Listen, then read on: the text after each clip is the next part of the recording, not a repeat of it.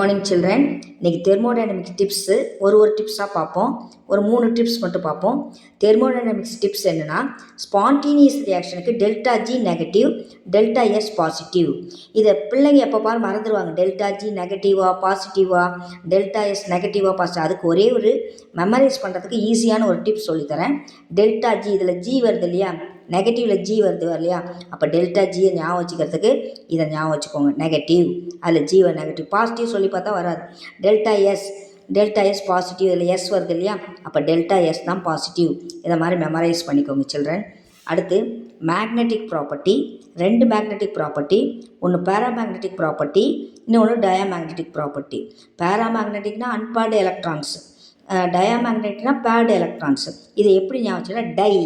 டைனா 2, அப்போ 2 எலக்ட்ரான் சேர்ந்து வந்தால் அது டயாமேக்னெட்டிக்.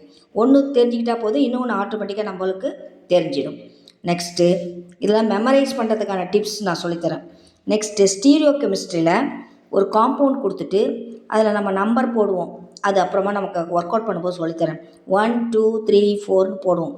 அந்த கிளாக் வைஸாக இருந்துச்சுன்னா அது ஆர் கான்ஃபிகரேஷன், ஆன்டி கிளாக் வைஸாக இருந்துச்சுன்னா அது எஸ் கான்ஃபிகரேஷன். Thank you children.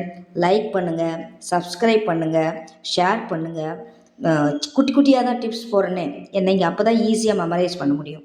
ஈஸியாக இது உங்களுக்கு மனசில் வச்சுக்கிறதுக்கான டிப்ஸ் தான் இன்றைக்கி சொல்லி கொடுத்தேன். அப்புறமா நம்ம ஒர்க் அவுட் பண்ணும்போது இதெல்லாம் உங்களுக்கு யூஸ்ஃபுல்லாக இருக்கும். Thank you children.